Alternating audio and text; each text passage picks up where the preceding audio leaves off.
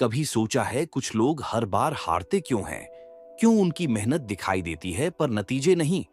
क्यों कोई इंसान हजार कोशिशों के बाद भी किस्मत से हार जाता है और कोई चुपचाप मेहनत करने वाला अचानक भाग्यशाली कहलाने लगता है?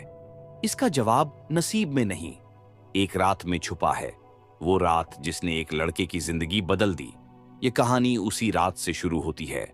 आप देख रहे हैं राइज ऑफ हीरोज, जहां हर कहानी आपको गिरने नहीं देती, उठना सिखाती है। अगर आप अपनी जिंदगी बदलने की सोच रहे हो तो यह जगह आपके ही जैसे लोगों के लिए है। चलो शुरुआत करते हैं। तक्षशिला की शांत घाटियों में रात धीरे धीरे उतर रही थी और वही रात एक युवा लड़के आर्यन की जिंदगी बदलने वाली साबित होने वाली थी। थका हुआ, निराश और भीतर से टूटा हुआ, वह चाणक्य आचार्य के आश्रम में पहुंचा और कांपती आवाज में बोला, आचार्य, मैं कितना भी मेहनत कर लूं, नसीब मेरे साथ नहीं है। हर बार मैं हार जाता हूं। और यह सुनकर चाणक्य ने उसे गौर से देखा, मानो उसकी आत्मा के भीतर झांक रहे हों। फिर बोले, वत्स, जो जीवन को नसीब का खेल मान ले, वह कभी जीवन को अपने हाथों में लेना सीख ही नहीं पाता। चलो, आज तुम्हें वो दिखाता हूं जो तुम्हारे अंदर सोया हुआ है। वह दोनों रात के अंधेरे में चलते हैं और सबसे पहले एक टूटी हुई सीढ़ी के पास रुकते हैं।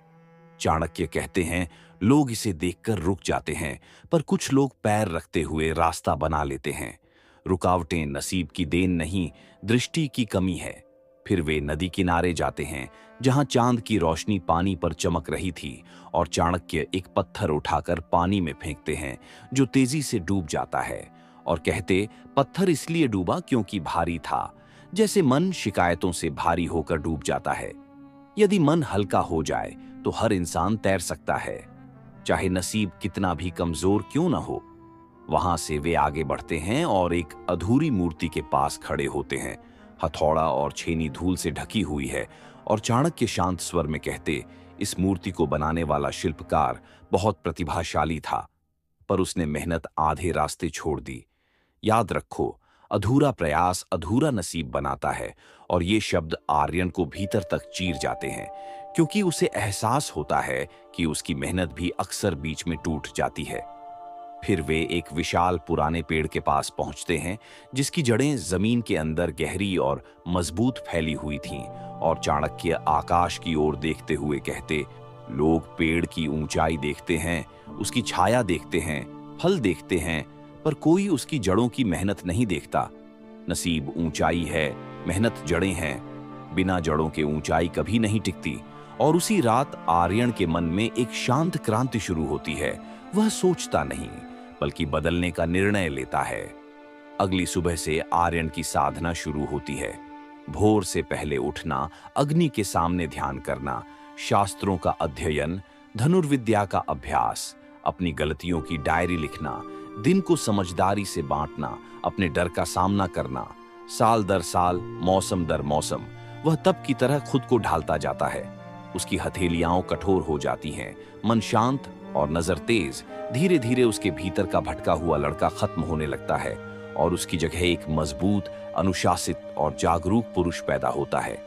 2 साल बाद जब लोग उसकी सफलता, उसके ज्ञान और उसकी दृढ़ता को देखकर कहते, आर्यन बहुत किस्मत वाला है, तब वह हल्की सी मुस्कान से अपना सर झुका लेता, क्योंकि उसे पता था कि नसीब अचानक नहीं बदलता, इंसान बदलता है। और जब इंसान बदल जाता है, तब नसीब पीछे चलने लगता है। आखिरकार वह चाणक्य के पास लौटकर कहता, आचार्य, पहले मैं चाहता था कि नसीब बदल जाए, पर आज समझ आया कि मेहनत नसीब नहीं बदलती, मेहनत मुझे बदल देती है। और जब मैं बदल गया तो नसीब अपने आप बदलता दिखने लगा। चाणक्य गर्व से मुस्कुराते हैं और कहते, वत्स, यही जीवन का सबसे बड़ा रहस्य है।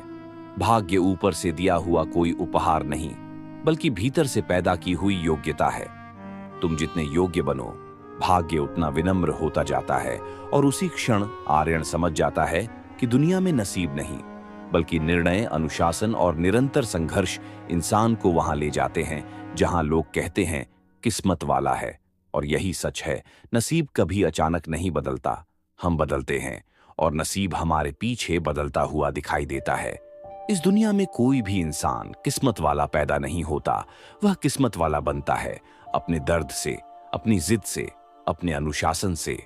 अगर तुम्हें भी लगता है कि नसीब साथ नहीं दे रहा, तो भाग्य बदलने की नहीं, खुद को बदलने की शुरुआत करो। क्योंकि चाणक्य कहते हैं, भाग्य वहीं झुकता है जहां प्रयास रुकता नहीं। यदि यह कहानी दिल को छू गई हो, तो इसे किसी ऐसे इंसान तक जरूर पहुंचाना जिसे आज उम्मीद की सबसे ज्यादा जरूरत है।